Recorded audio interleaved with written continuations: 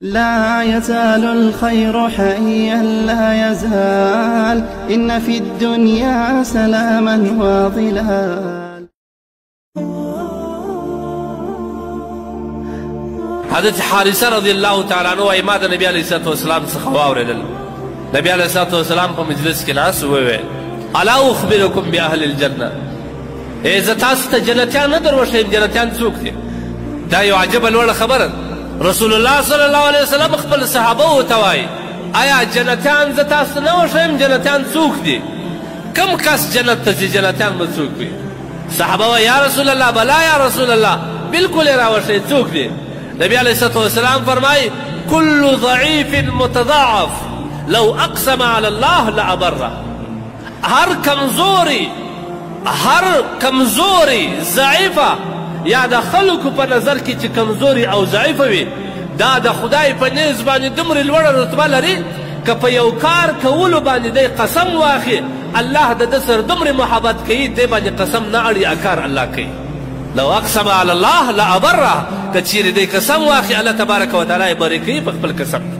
بعض یو روایت کې خو لا دا حدیث کې زیاتوب دا الفاظ هم راغلي دي چې نبی کریم صلی الله علیه وسلم فرمایي چې الا اخبرکم باهل الجنه، جنتیان څوک دي؟ نبی علیه الصلاه والسلام ورته فرمایي هغه کس کل ضعیف متضاعف ذو تمرین، هغه کس چې ضعیفه وي کمزوري وي د خلکو په نظرو کې کمزوري وي او دوی جامې ضعیفې کمزوري جامې اغوستې وي.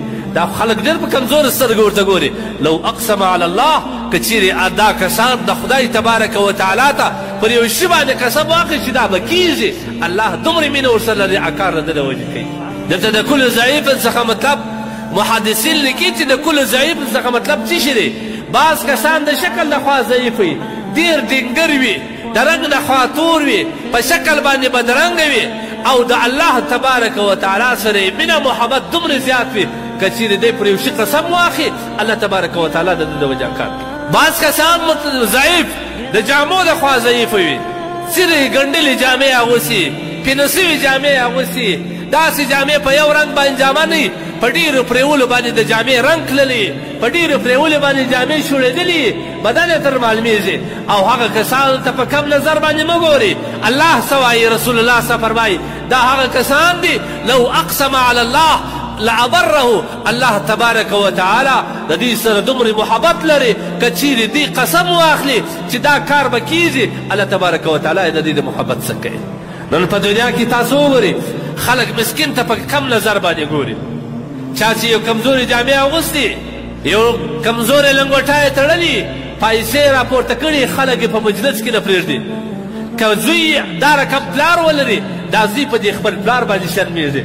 که په معاشره کې یو سپین ږیری موږ دا رقم ولرو چې سرې جامې اغوستي، د رنګ د خوا پاته وي، د خدای سره مینه محبت وي، لمونځونه په جماعت باندې کوي، خو دا خپل د معاشرې خلک په دې باندې شرمېږي. حالانکه د الله په نیز څومره قدر لري، د الله په نیز پیکۍ قدر نه لري، د الله په نیز کاټن جامه قدر نه لري، د الله په نیز موټران، پیسې، دولت، رقم جامه، اولاد، بنګلا او قسمه قسم ماڼۍ دا قدر نه لري. ان اکرمکم عند الله اتقاکم، په تاسو کې الله ته د ټولو معززه د ټولو غوره هغه کس چې د خدای سره مینه لري او د خدای سره ډېرې ویرېږي هغه کسان. صحابه تاسو وګورئ ابو هريره رضی الله عنه فرمایي موږ د نبي علیه الصلاه والسلام شاګردانو په صفه کې اوسېدلو. اویا کسان شاګردانو د مسکنت او د غربت مې دغه حال و چې ټول په اویا کسانو کې دوې جامې نه درلودې. موږ خو یوه جامه کمیس لرو، بله جامه پایجامه لرو، بل پټو لرو، لنګۍ لرو، دا شان ټول لرو. صحابه کرامو عادت دا و یو سره بې چادر اچوي، یو بې لنګ و، دا دوې جامې وې. د یوه چا سره به خالي لنګ ورسره و، د نامه لوړ به تړلی و، بله جامه به نه و چې پر ځان بې اچولی وي. هغه د مکې معظمې ګرمي، هغه سخته ګرمي، دومره وسع او طاقت د هېچا سره نه و چې دوه جامه دې پیدا کړې پر ځان بې اچولی وي. په خواست مې د بله جامه واغوستل، هغه بې لنګ کې د خپل لنګ مې پرېولی کړه، یا بې لوند لنګ پر ځان باندې راپېچلی و د نسي څخه. دی قسم واخلي وایي قسم دې مې په خدای که په ټولو اویا کسانو کې د چا سره دومره جامه وه. حال دا دی دا کسان بیا خدای ته څومره نږدې دي. دا نبی علیه الصلاه والسلام هغه نږدې ملګري دي. الله د دې په حق کې څه وایي؟ رضی الله عنهم ورضوا عنه، الله د دې نه راضي دی او دوی د خدای نه راضي دي.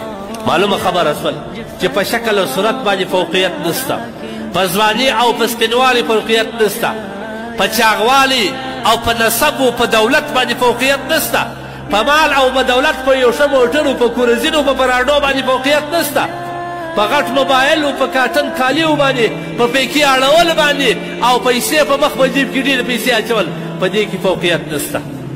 ځکه کتابونه وایي دغه په بازار کې چې کم کمزوري خلک ګرځي، دغه سرې جامو والا ګرځي او هغه کسان چې پټکیه والی او ډېر کمزوره په ضعیف انداز را روان وي، پیسې پر نیمې بجې دغه باندې ولاړې پونډې باندې، دا کسان د خدای مینوال دي، دا د کسان د خدای محبین دي.